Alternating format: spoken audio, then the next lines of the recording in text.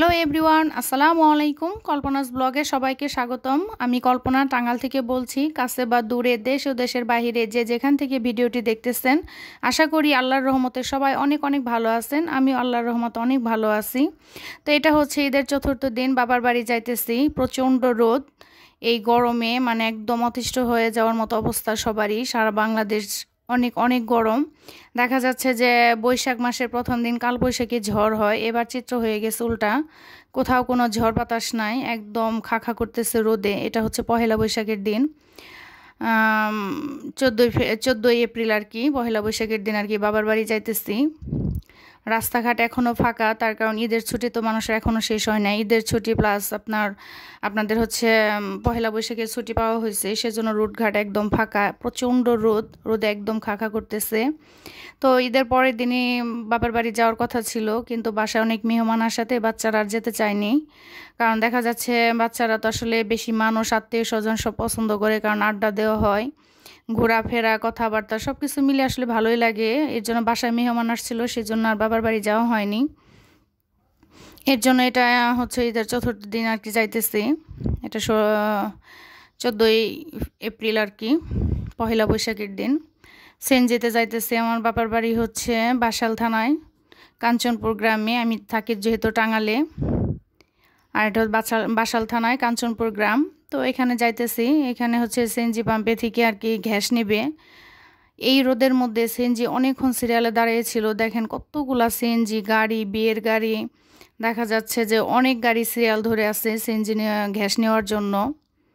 কারণ ঈদের মধ্যে তো আসলে গ্যাস পাম্পে আর কি অনেক সিরিয়াল লেগে যায়। তো আমাদের সিএনজিটা অনেকক্ষণ দাঁড়িয়েছিল, প্রায় 10 মিনিটের মতো। এখানে যে দাঁড়াবো নেমে সেরকম কোনো স্কোপও নাই, কারণ কোনো গাছপালা নাই। দেখা যাচ্ছে যে এই পাম্পের ভেতরে একটু ছায়ার মধ্যে অনেক লোক দাঁড়িয়েছিল, সেজন্য আর নামা হয়নি। এত গরম, মনে হচ্ছে একদম বয়লার মেশিনের মধ্যে দিয়ে একদম ভাপ দিতেছে, এরকম মনে হইতেছে, প্রচণ্ড রোদ। তো 10 মিনিট সিরিয়ালে দাঁড়িয়ে থাকার পরে সিএনজিতে আর কি গ্যাসটা নেওয়া হয়েছে। এখন চলে যাইতেছি বাবার বাড়ির উদ্দেশ্যে। এটা হচ্ছে হাইওয়ে রুটটা এত ভালো লাগে। আর এখন যেহেতু যানজট নাই, গাড়ি ঘোড়া খুব একটা নাই, হালকা পাতলা, তো খুবই ভালো লাগছে। আর মাঝখানে এখানে কাশফুলটা দেখে খুবই ভালো লাগলো, এর জন্য ভিডিও করলাম। তো মেয়ে বলতেছে যে আম্মু ভিডিও করতেছো, হঠাৎ যদি মোবাইলটা কেউ নিয়ে যায়। হ্যাঁ, এখন তো এরকম চক্রটাও বের হয়েছে। দেখা যাচ্ছে যে চলন্ত গাড়ি থেকে মোটরসাইকেলে করে লোক এসে দেখা যায় ব্যাগ মোবাইল যা পায় নিয়ে যায়, এই চক্রটা এখন বেশি চলতেছে। তো যাই হোক, অল্প একটু ভিডিও করছি। তো বাবার বাড়ি চলে আসছি, আল্লাহর রহমতে সহি সালামতে বাবার বাড়ি এসে পৌঁছাইছি। তো অনেক আপুরা গ্রামের বাড়িতে ঈদ করতে গেছে, আমারও ভালো লাগে গ্রামের বাড়িতে ঈদ করতে। তো ঈদের পরে অনেক আপুরা গ্রামের বাড়ি গেছে। তো আমি ঈদের চতুর্থ দিন আর কি আসছি। থাকার নিয়ত ছিল 4-5 দিন। গরম এত যে বাড়ি 2 দিন থেকে চলে গেছি। এখানে মা লাচ্ছা সেমাই রান্না করছে, আমার বাচ্চারা লাচ্ছা সেমাইটা পছন্দ করে সেজন্য। আর হচ্ছে এখানে গরুর মাংস, তো আমার বাচ্চা তো আলু দেয়, এর জন্য মা অল্প করে আলু দিয়েছে, গরুর মাংস রান্না করছে আর পোলাও। এই গরমে মানে বাসায় ঈদের দিন থেকে শুরু হয়েছে গরুর মাংস পোলাও। তো গরমের মধ্যে এগুলা খেতে খেতে একদম খুবই খারাপ অবস্থা। কিন্তু তারপর নানুর বাড়ি বেড়াইতে আসছে, বাচ্চাদের জন্য রান্না করছে আমার মা পোলাও, গরুর মাংস আর সেমাই। তো আমার বাচ্চা তো খুবই পছন্দ করে, দুজনেই খাইছে। আমি আর কি পোলাওটা খাই না, আমি ভাত খাইছি, কারণ দেখা যাচ্ছে গরমের মধ্যে জার্নি করে সেই পোলাও খাওয়াটা খুবই কষ্টকর। এটা হচ্ছে পরের দিন সকালের ভিডিও। তো আমি তো দুপুরের দিকেই গেছি বাড়িতে। ভাবছি বাড়িতে যে এটা সেটা কত কিছু না ভিডিও করব, কিন্তু গরমের জন্য মানে একদম অতিষ্ঠ হয়ে গেছে যে ভিডিও করতেও ভুলে গেছি। এটা পরের দিন সকালবেলা মা হচ্ছে মিষ্টি কুমড়ার শাক উঠিয়ে নিয়ে আসছে, শাক ভাজি করবে। আর এই ছোট্ট কুমড়াটা মাছ দিয়ে রান্না করছিল, খেতে খুবই মজা হয়েছে। মিষ্টিলা একদম টাটকা গাছ থেকে উঠিয়ে নিয়ে আসছে, খেতে খুবই ভালো লাগলো। আর হচ্ছে এখানে মিষ্টি কুমড়ার পাতা নিয়ে আসছে, এগুলো বেছে শাক ভাজি করবে, খেতে ভীষণ মজা। মিষ্টি কুমড়া বলেন, দেশি লাউয়ের পাতা বলেন, শাক ভাজি খেতে খুবই ভালো লাগে।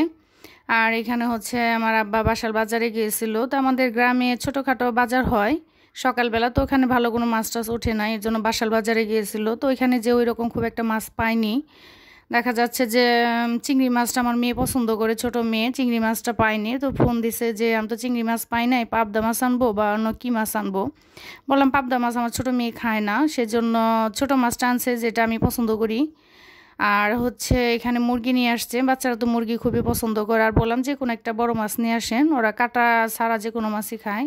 দেখা যাচ্ছে ছোট মাছটা খায় না কাটার জন্য, আর যে কোনো মাছই খায়, নিয়ে আসেন। তারপরে এই মাছটা নিয়ে আসলো, একদম নড়তেছে, দেখেন কি পরিমাণ তাজা। দুপুরবেলায় ছোট মাছগুলো রান্না করছিল, খুবই মজা লাগছে। আর বাচ্চাদের জন্য বড় মাছটা রান্না করছে, এটা আসলে ভিডিও করতে ভুলেই গেছি। বললাম না, প্রচণ্ড গরমে কারেন্ট তো একদমই থাকে না গ্রামে। শহরে তবু কারেন্ট গেলে কারেন্ট আসে, কিন্তু গ্রামে কারেন্ট গেলে সেটা আসতে ভুলেই যায়। আর এখানে হচ্ছে মিষ্টি কুমড়ার শাক ভাজি করছে, খেতে ভীষণ মজা হয়েছে। আর দুপুরবেলা রান্না শেষ করা মাত্র আমার ছোটো মেয়ে বলতেছে যে নানু চলো মেশিনে যাব, গোসল করব। তা আমাকে বলছিল, কিন্তু এই গরমের মধ্যে রোদের মধ্যে তো মেশিনে যাবই না, মেশিনটা হচ্ছে চকের মাঝখানে। তো নানুর কাছে আবদার করছে, নানুরা তো এরকমই, নানা নানু যে নাতিনের আবদার ফেলতে পারে না। তো দেখেন সবুজে শ্যামলে ঘেরা। তো এখানে একটু গেছে ভিডিও বেশি করে করে নিয়ে আসুক না, সেখানে অল্প একটু ভিডিও করছে। তো আমার বড় মেয়ে ছোট মেয়ে দুজনেই গোসল করছে, আমার আব্বা আম্মা দুজনের সাথে গেছিলো, গিয়ে আর কি দুই বোনকে গোসল করছে। এখানে দাঁড়িয়েছিল আমার আব্বা আম্মা দুজনের সাথে, যে গোসল করে নিয়ে আসছে।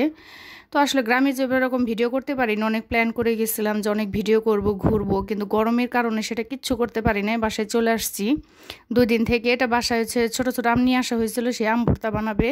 এখন তো আমার প্রিয় আপুদের একদম জিভে জল এসে যাবে। এটা হচ্ছে তেঁতুল। দেখা যাচ্ছে আম তো এমনিই টক, তার মধ্যে আবার তেঁতুল দেওয়া হয়েছে। এটা মূলত বানাইছে আমার বড় মেয়ে, আর আমরা সবাই অনেক মজা করে খাইছি, আমার ছোটো যা নিজেও যা সবাই। তো এতক্ষণ ধৈর্য ধরে যারা আমার ভিডিওটি দেখতেছেন তাদের অসংখ্য অসংখ্য ধন্যবাদ। এভাবে উৎসাহ দিয়ে ভালোবাসা দিয়ে আমার পাশেই থাকবেন। একটা লাইক দিতে ভুলে গিয়ে থাকলে প্লিজ একটা লাইক দিয়ে নেবেন। আর চ্যানেলে যদি আজকে নতুন হয়ে থাকেন তাহলে ছোট্ট চ্যানেলটিকে সাবস্ক্রাইব করে আমার পাশেই থেকে যেতে পারেন আমার বন্ধু হয়ে। এখানে তো আম ভর্তা বানাইতেছে, আম ভর্তাটা এত মজা হয়েছে। দেখা যাচ্ছে এখন তো গ্রামে ছোট ছোট আম এগুলা পড়ে, দেখা যাচ্ছে এগুলা খুঁটে ভর্তা করে খাওয়া যায়, খুবই মজা হয়। তো আমি বাড়িতে যাওয়ার পরে 2 দিন ছিলাম, একদিন দুপুরে গেছি, একদিন মাঝখানে থেকে পরের দিন চলে আসছি। তো এর মাঝে আম ভর্তা বানানো হয়েছিল, আম ভর্তা খাইছি, কিন্তু এটা আসলে ভিডিও করা হয় না। বললাম না, গরমে এতটাই অতিষ্ঠিত হয়ে গেছিলাম যে কিছুই করা হয় নাই। ভাবছি যে এবার জোলাবাতি খাবো, কারণ গ্রামে গেলে সবাই একাত্র হলে জোলাবাতি খেলে ভালো লাগে। প্রিয় শিশিরাপুরকে দেখলাম চড়ুই ভাতি করছে, আর কি জোলাবাতি চড়ুই ভাতি তো একই কথায়। তো দেখে ভীষণ ভালো লাগলো। তো আমাদেরও প্ল্যান ছিল, কিন্তু গরমের কারণে আসলে কিছুই করা হয় না। আর কারেন্ট তো একদমই থাকে না দিনে, তাও জানা তেন, রাতের বেলা কারেন্ট গেলে তো আসতে ভুলেই যায়। তো আমার ছোটো মেয়ে তো খুব কান্না করছে গরমে, তো সেই জন্য আর কি চলে আসা। না হলে আর 2-1 দিন থাকতাম, থেকে অনেক মজা করতাম, জোলাবাতি খেতাম, ঘুরতাম, বেড়াইতাম। তো আসলে গরমের জন্য কিছুই করা হয় নাই। তো নেক্সট টাইমে যদি ভাগ্যে থাকে তাহলে আবার যাব, যে ভিডিও টিডিও করবো, আপনাদের সাথে শেয়ার করব।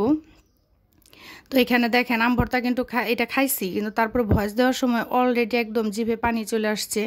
এই টক জাতীয় খাবার এমন একটা জিনিস যেটা নাম শুনলেও জিভে পানি চলে আসে, এটা যে কারোরই, শুধু আমার একার না। তো এটা কিন্তু আমি নিজেও খাইছি, তারপরে দেখে একদম মানে ভয়েস দিতেছি, এখনও মনে হচ্ছে জিভে পানি চলে আসছে। তো আমার এখন প্রিয় আপুর সবারই জিভে পানি চলে আসবে। তার এখন তো ছোট আম দেখা যাচ্ছে প্রায়ই এখন সবাই ভর্তা টর্তা করে খায়।